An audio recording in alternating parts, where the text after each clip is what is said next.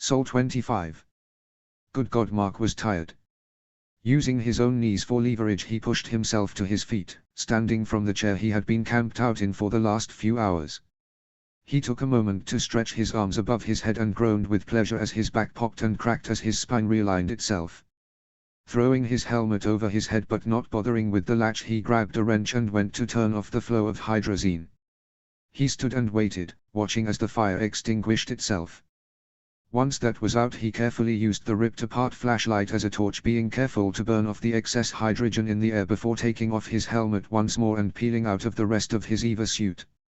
Emboldened by their success, he and Beth decided that they were willing to use half of their reserves of oxygen in their initial run of water making. It was a long process that had run all night. They could have finished faster, but they didn't even have to discuss it to decide that caution was the order of the day, and so they had taken turns babysitting the reaction chamber. Neither one of them stupid enough to leave a fire-burning rocket fuel unattended inside their home. As he put his suit away, he yawned so hard his eyes watered. He had tried to get a nap in during Beth's last shift, but the cacophony of the fire alarm, the low oxygen alarm, and the high humidity alarm sounding in chorus made that all but impossible. As he trudged tiredly towards the bunks, he wondered if Beth had had better luck trying to find sleep since he'd taken watch a couple of hours ago. He may have been dead on his feet as he shuffled into the bunk room and very much looking forward to reuniting with his pillow, but he stopped short in the doorway at the sight in front of him. He blinked once, twice, and then again as his tired brain tried to process what he was seeing. For some reason he had yet to decipher, Beth had decided to strip down to her sleep shorts and sports bra and was laying starfished in the middle of the hab floor. At least, he noted absently, she had put a sheet down first. She also had what appeared to be socks rolled up and tucked between her ears and the comm station headset, and had a folded-up t-shirt draped over her eyes. Mark was confused, to say the least. He wasn't sure exactly how long he'd been standing there before Beth sensed his presence and lifted the shirt off her eyes, cracking an eye open to see him hovering over her. "Do I even dare ask?" he questioned when she met his gaze. "What?" she shouted as she sat up. "Wait, hold on." Mark watched and waited, a bemused smirk ghosting around his mouth, as she pulled the headphones off, making the socks fall to the floor and bounce somewhere behind her, then removed the earplugs she was also wearing. "Oh, is a little bit quieter now," she observed. "Well, the fire alarm stopped once there was no more fire. The low oxygen alarm should stop pretty soon too. The high humidity alarm is gonna take a while longer." Mark shrugged. Beth just groaned and flopped backwards onto her pillow. "So what, may I ask, are you doing on the floor?" he asked. "Melting," she sighed dramatically. "Excuse me?" "I'm melting," she repeated. "It's so fucking hot in here." "It's 30 degrees Celsius in here," he informed her. "Which, yes, is a lot warmer than we've gotten used to, but it's not that hot." "And you're from California, aren't you supposed to like warm weather?" "Sure, I can do 90+ degree California weather standing on my head," she confirmed. "But 90 at home is a lot different than this 90 degrees. California is a dry heat. This humidity is killing me. I mean, I know that was the whole point of this endeavor, but I'm still melting like I'm the Wicked Witch of the West." "Well, we did dump 50 liters of water into the air," he pointed out needlessly. It was indeed incredibly humid inside the relatively small hab, but having grown up with muggy Chicago summers, he was somewhat used to it. Mark accepted her reasoning for a moment before he thought of something. "How did you possibly survive living in Houston then? Texas summers take humidity to a whole other level." "Watney, how long have you known me?" Mark didn't answer at first, thinking it was just a rhetorical question, until he realized she was waiting for an answer. "I guess about 3 years now." "Have you ever known me to spend more time outside than absolutely necessary, regardless of the season and / or weather? I'm the computer girl, I like being inside. Just multiply that by 10 during the summer. I went from my air-conditioned apartment, to my air-conditioned car, to JSC's air-conditioned campus. And even then I hated it." "Okay, fine," Mark said, accepting her explanation with a laugh. She had him there. Even when they were doing their daily PT during training, Beth always campaigned to do it inside the gym rather than out on the grounds.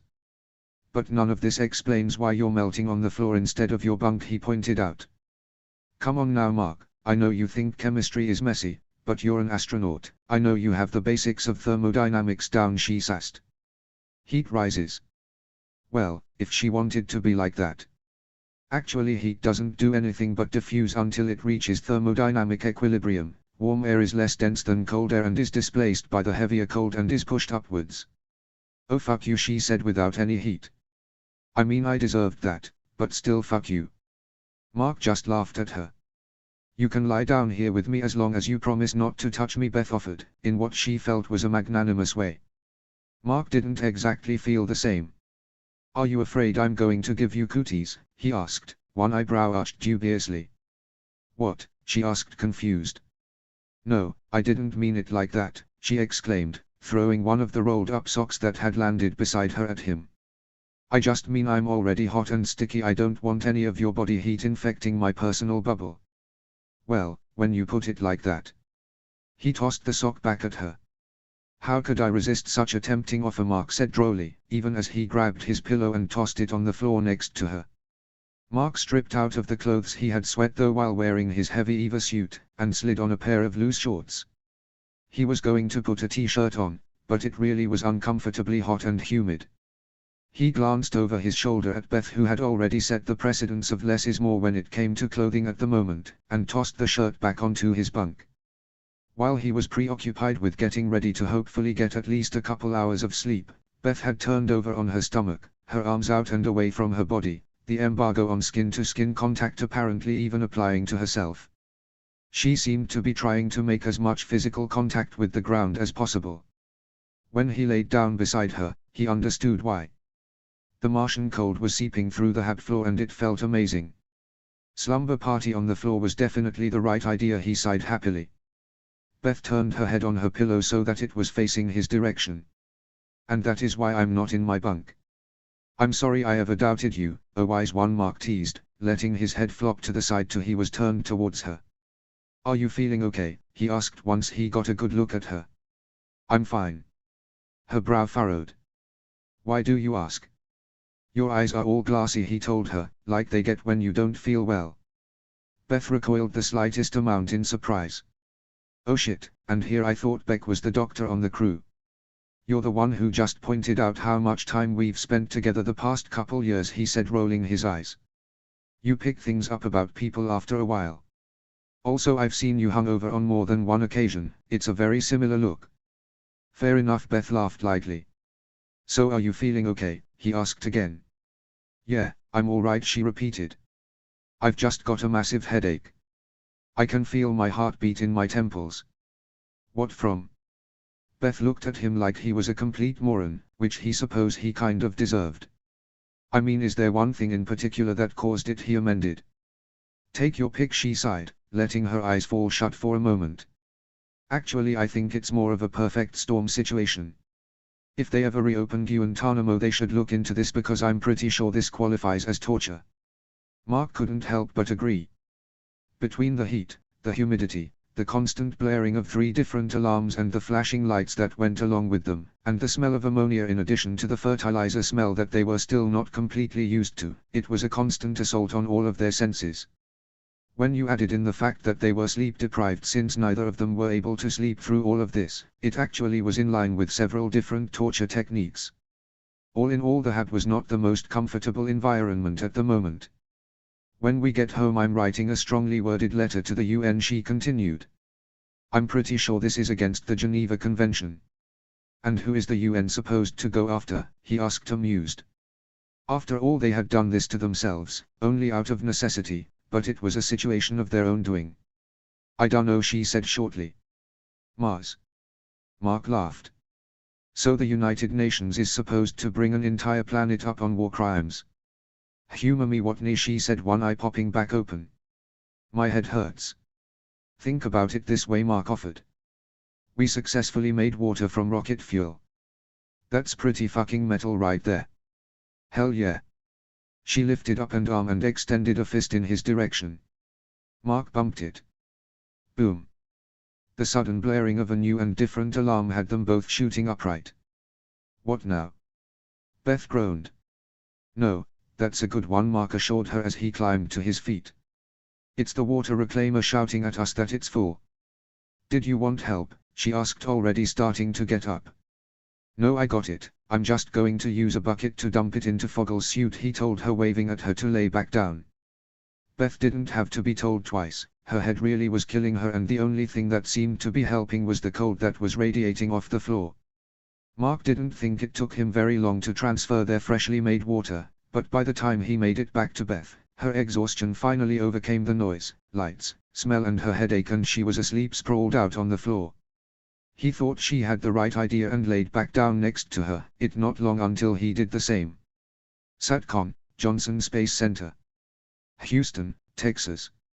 It was mid-afternoon in Houston, but Mindy was just getting her day started.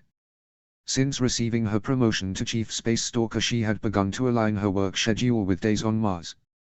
If she had thought adjusting to working the night shift was hard, adjusting to working on a 40-minute sliding shift was harder, and it wasn't even 2 weeks in. She was busy analyzing the newest imagery and stifling a yawn, when a cup of to-go coffee unexpectedly appearing in her line of sight made her visibly jump. Sorry, Mindy, Venkat apologized. I didn't mean to startle you. It's okay, Mindy assured him. Sometimes I get tunnel vision when I'm focusing. What's that? She asked, about the cup that he was still extending in her direction. It's coffee, he said blandly, with just a hint of a smirk playing at the corner of his mouth. I brought it for you. It's the good stuff from the coffee cart, not the crap that's in the break room. Oh. Thanks. Mindy took the paper cup, pleased surprise written all over her face. She watched as Venkat pulled up the chair that she was starting to think of as his.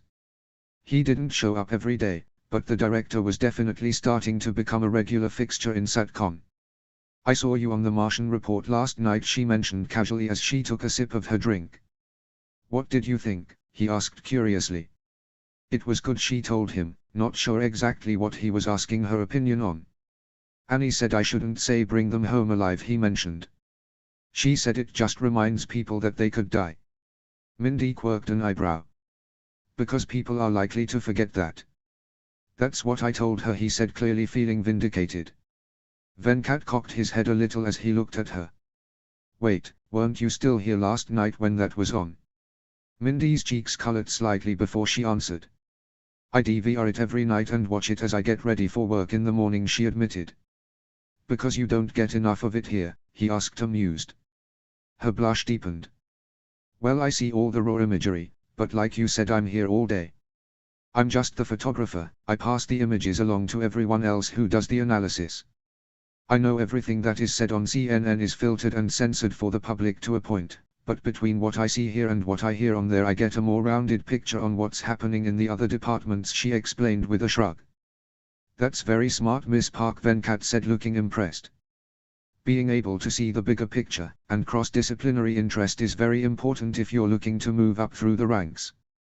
That's not why. I know, Venkat cut her off, with gentle smile. Doesn't make it any less true. Anyways, what's going on Mars today? He asked, bringing them back to the reason he was there. Basically the exact same as the last 3 sols, Mindy said, getting back to work as she pulled up the imagery. They got a bit of a late start this morning, she explained why it was only basically the same.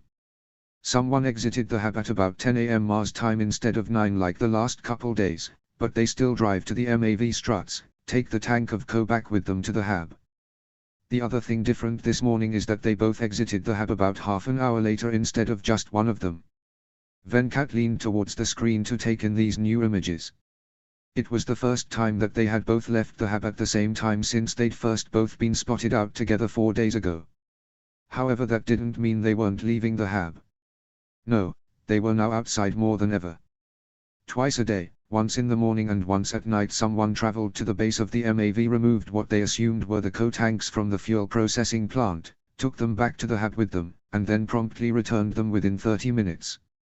I believe that it's Johansson that went to return the tank while Watney went to clear off the solar farm. Then she drove back and is now helping him, Mindy concluded. See, she added, pointing to them on her screen. He's broader across the shoulders than she is. Yes, I do believe you're right, he agreed with her assessment. Did you already forward these to everyone? Yes sir, she nodded. Already done. Excellent. So have you figured out what they are doing with all the carbon dioxide? Mindy asked curiously. We think they are using it to make more oxygen, Venkat answered, half of his attention still on the photo up on the screen. As long as the oxygenator is functioning they could create O with the CO the fuel plant collects indefinitely. Why would they need more oxygen? It's possible that their oxygen reserves were depleted somehow, the director posited. For all we know the hab may have breached in the storm on Sol 6 and they repaired it before we started collecting imagery. Or there could have been an issue with one or both of the oxygen reserve tanks. Mindy considered that for a moment before she remembered the other question she wanted to ask. Oh, and did you ever figure out what the deal was with the hydrazine? No, he answered honestly. We still don't even know if they actually brought it inside, and if they did why they would need. He cut himself off abruptly. Something finally clicked. Mindy, you're a genius, he praised, already standing up and out of his chair. I am. I need to go talk to the chemistry department, he continued, gathering up his things. Call me if they leave the hab again before their usual evening, Eva, he called over his shoulder as he swept from the room. Mindy looked back at the image of the two astronauts who were still busy sweeping of the solar farm. But what did I say? Sol 28. The two astronauts had settled into a routine over the last few days. After the initial 50-liter burst, they decided to slow down and only make water at the rate they made O, neither of them willing to go below the 25-liter oxygen reserve they had set for themselves. Mark had managed to soup up the fuel plant by increasing the voltage to the pump, and as a result it now only took 10 hours to capture a full tank of CO instead of 20 hours. So now, twice a day one of them would go out to the MAV, bring the tank inside, vent it into the hab, and then return it for refilling. They came to an unspoken agreement that Mark would take the morning shift, since she usually wasn't even out of bed yet by the time he was back from his EVA, while Beth would take the evening shift.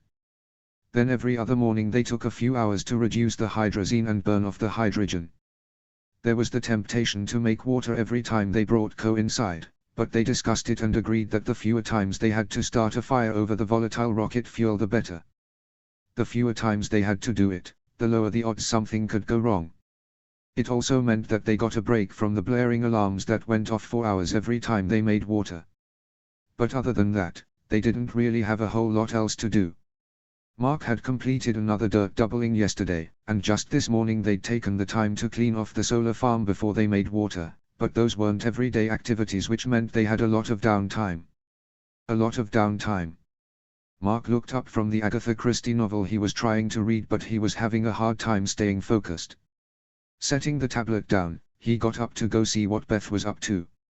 He found her sitting sideways on her bed with her computer on her lap, her back up against the wall and her feet tucked underneath her. Whatever she was watching seeming to be amusing her, since there was a hint of a smirk playing across her face. "What you watching?" Mark asked nosily, since he couldn't see the laptop screen. "One of Foggle's movies," Beth answered, not looking up from the screen. "He has something not in German?" he asked, surprised.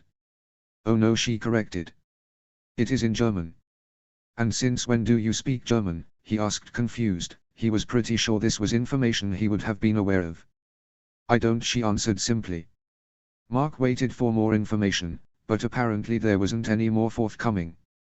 "And so you're watching it, why?" he finally asked. It wasn't as if they still didn't have a lot of media in English that they hadn't watched yet. Beth looked up at him like she was just now noticing that he was there. "Oh, I just make up what I think the plot and dialogue is as I go," she explained. "My older sister and I used to do this with telenovelas when we were kids," she grinned. "Foggle's movies aren't nearly as melodramatic as anything on Telemundo, but I'm doing my best to pick up the slack with my plot." Mark laughed. "That's an awesome idea." "Right," she agreed with a bright smile. "Come here," she waved him into her bunk so he could see the screen.